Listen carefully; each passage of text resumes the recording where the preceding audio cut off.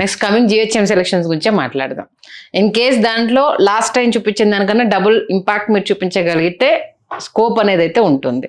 But ఏంటంటే ఈ మధ్యకాలంలో కొన్ని చేరికలకు సంబంధించి, ఎందుకంటే ఎమ్మెల్సీ జీవన్ రెడ్డి గారిని మీరు పార్టీకి ఆహ్వానించారు, కాంగ్రెస్ అంటే రాయబారాలు పంపించారు ఆయనను, ఎమ్మెల్సీ కాంగ్రెస్ ఎమ్మెల్సీ జీవన్ గారు.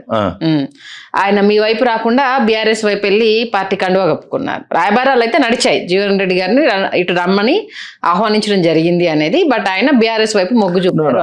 అది రాంగ్. అది మాకున్నంత వరకు, ఎందుకంటే ఆయన పాపం ఇప్పుడు పెద్ద ఉపయోగం, పెద్ద మంచి నాయకుడు, అంతవరకు ఓకే. కానీ ఇప్పుడు 78 ఏళ్ల వయసు పాపం ఆయన ఏం చేస్తాడు.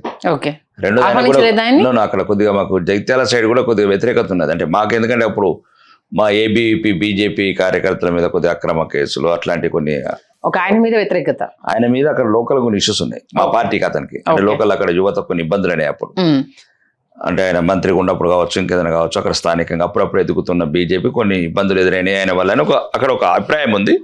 అభిప్రాయం చేసి పార్టీ వాటి వైపు ఆలోచించలేదు కూడా.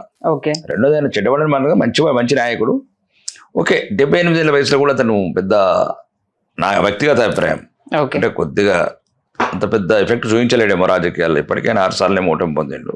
కాబట్టి ఏమైనా పెద్ద ఎక్కడైనా ఆయన ఒక్కటి మాత్రం చెప్పిండు, ఈ దుర్మార్గుని మాత్రం దించాలన్నాడు.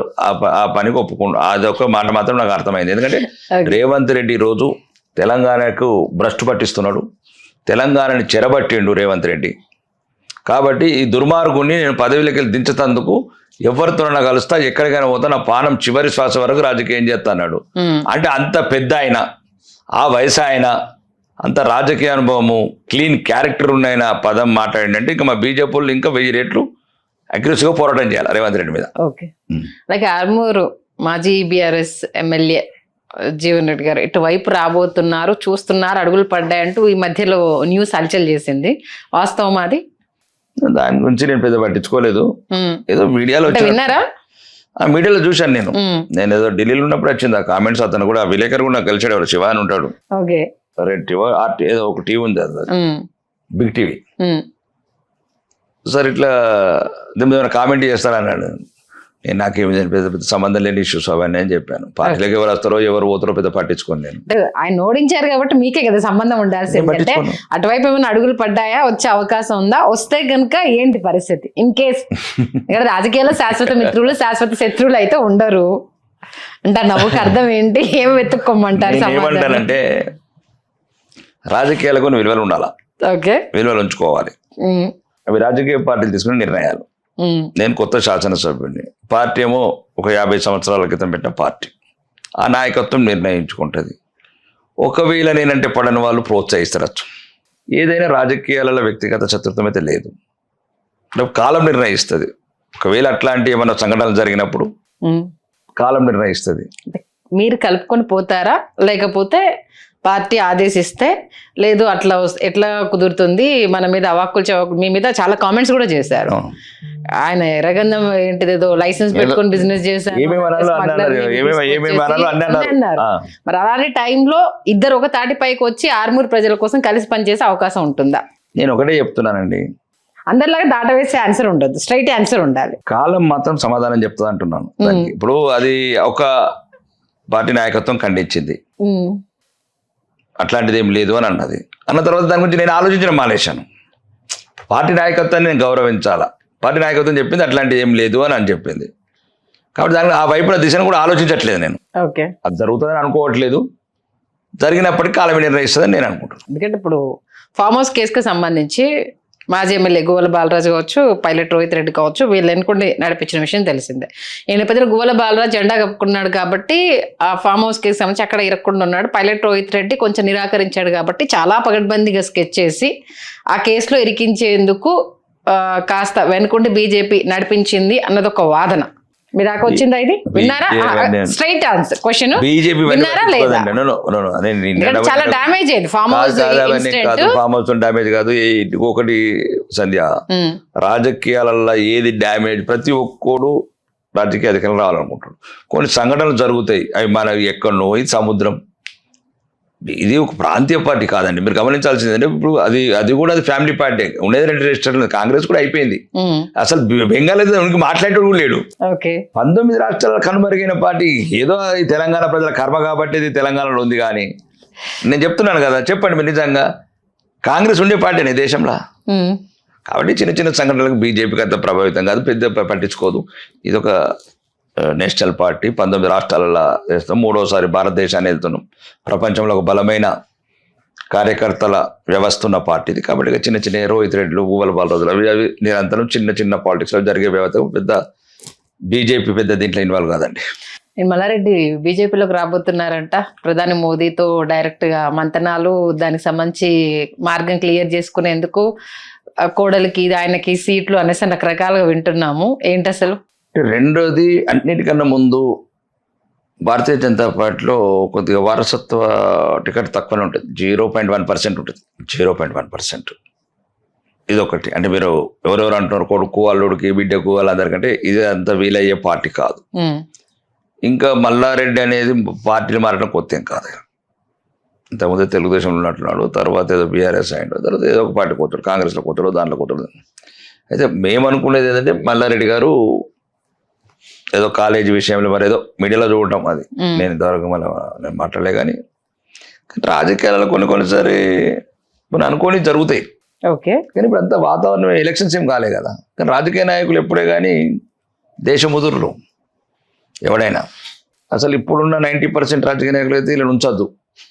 90% వీళ్ళందరినీ రాజకీయాలలో ఉన్నోళ్ళందరినీ 90% అంటే ఉన్నోళ్ళందరూ దేశ వ్యతిరేకులు అన్నట్లు.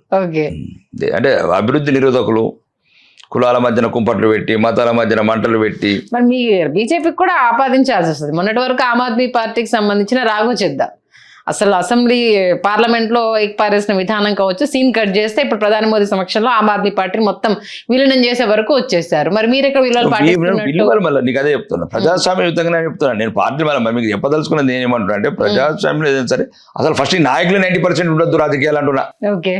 ఆ పార్టీ ఈ పార్టీ ఏ పార్టీని కాదు, నేను అన్నింటినీ కలిపేస్తున్నారు. అవును, 90% రాజకీయాలు ఉండదగ్గ వ్యక్తులు గారిళ్ళు. అంటే ఇదేమైతుందంటే మొత్తము, అంటే నేనేదో గొప్పవని అని చెప్పట్లేదు, నేను గమనించింది చెప్తున్నానమ్మా. 1947 వరకు త్యాగాలు చేసి తెచ్చుకున్న దేశం ఇది. ఆ తరం పోయింది. ఇప్పుడు 1940లో వాళ్ళు స్వాతంత్రం రాగానే ఎవరైతే ఉన్నారో పెద్దలు, వాళ్ళకి అప్పటి వరకు దేశం ఎన్ని కష్టాలు పడితే వచ్చింది, ఎన్ని అవమానాలు ఎదుర్కొన్నారో వాళ్ళకి ఆ విలువలు తెలిసినాయి. కానీ ఇక 70 తర్వాత ఇక స్వార్థంతో పుట్టురోళ్ళు తయారైనరు. అంటే డే బై ఇంకా స్వార్థపరులు వచ్చేసారు. ఇప్పుడు చాలామంది ఇప్పుడు మాలాంటి వాళ్ళు కూడా అంటే ఒక డైరెక్ట్గా అంటే ఎటువంటి రాజకీయ అనుభవం లేకుండా రావడం, ఇట్లా రియల్ ఎస్టేట్ కావచ్చు, రకరకాల వ్యవస్థలు వచ్చారు. ఏ వ్యవస్థలకి వెళ్ళి వచ్చినా కొంతమంది కన్వర్ట్ అయ్యారు. ఇప్పుడు నేను ఉన్నాను, ఓకే, నేను ఒక ఇండస్ట్రియలిస్ట్గా వచ్చి ఉండొచ్చు, ఇంకా నేను ఇంకా వ్యాపార ఇలా వైపు ఉండొద్దు అనుకున్నాను, సామాన్యుడి వైపు, ధర్మం వైపు, పేదవాడి వైపు ఉండాలనుకున్నాను. అంటే రాజకీయ నాయకుడికి ఉండాల్సిన లక్షణాలు అవి. కానీ ఇవన్నీ కొద్దిగా సొంతం గురించి రాజకీయాలు నడుస్తున్నాయి, ఫ్యామిలీల గురించి.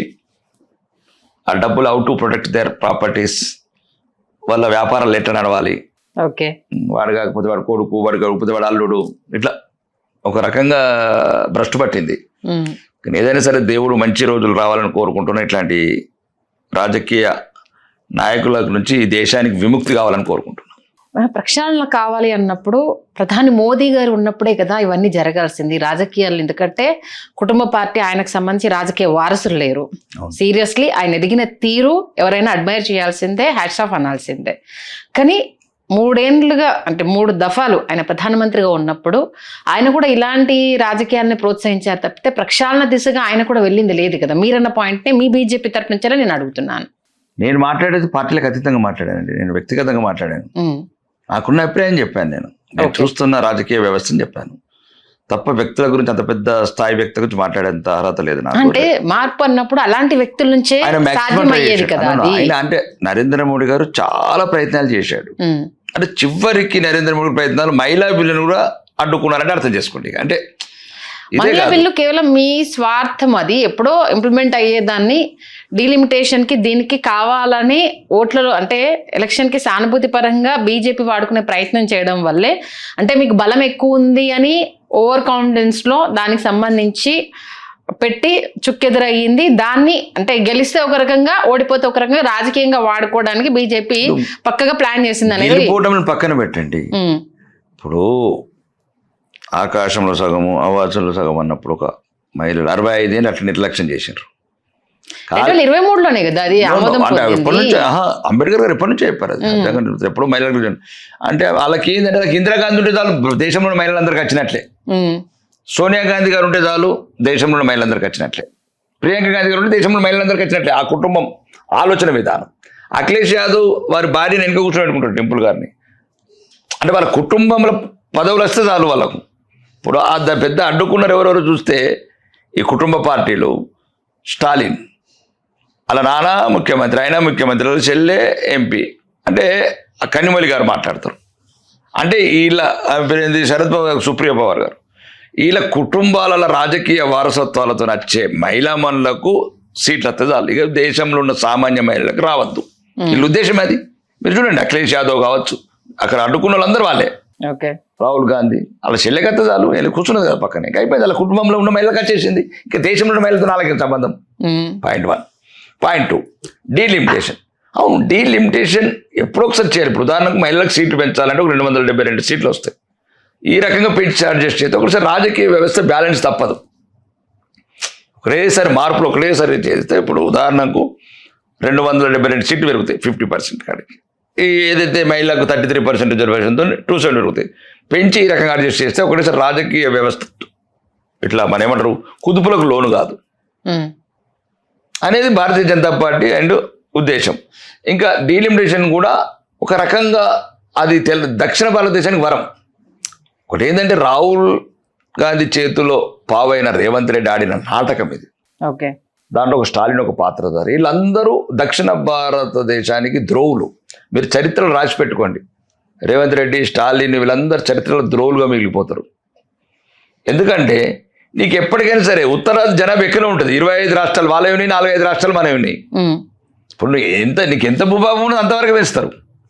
ఇప్పుడైనా వాళ్ళే ఎక్కువ ఉన్నారు, 120 మంది ఉంటే వాళ్ళు 300 మంది ఉన్నారు, ఫర్ ఎగ్జాంపుల్ చెప్తున్నాను. కాబట్టి ఎప్పటికైనా అలా భూభాగం ఎక్కువ, అలా ప్రభావం ఎక్కువ, అలా జనాభా ఎక్కువ. అయినా కానీ పాపం దక్షిణ భారతదేశానికి అన్యాయం జరగద్దని నరేంద్ర మోడీ గారు, అమిత్ షా గారు ప్రత్యేకంగా ఈ రేషియో పర్సెంటేజ్ తీసుకొచ్చారు, ఎవరికి నష్టం లేకుండా. వీళ్ళు ఏం కోరుకుంటున్నారు? 2026 సెన్సస్ అయిన తర్వాత 2011 సెన్సస్కి నీకు సీట్లు తగ్గుతున్నాయి, 2026 సెన్సస్కి మొత్తం అటే పోతాయి. దానివల్ల దక్షిణ భారతదేశానికి ఇంకా నష్టమే కదా. ఓన్లీ రాహుల్ గాంధీ గారేమో విదేశీ శక్తులలో ఒక పావు, రాహుల్ గాంధీ చేతిలో రేవంత్ రెడ్డి పావు. వీళ్ళు ఈ చరిత్రలో నిలిచిపోతారు, మహిళా ద్రోవులుగా, దక్షిణ భారత ద్రోవులుగా.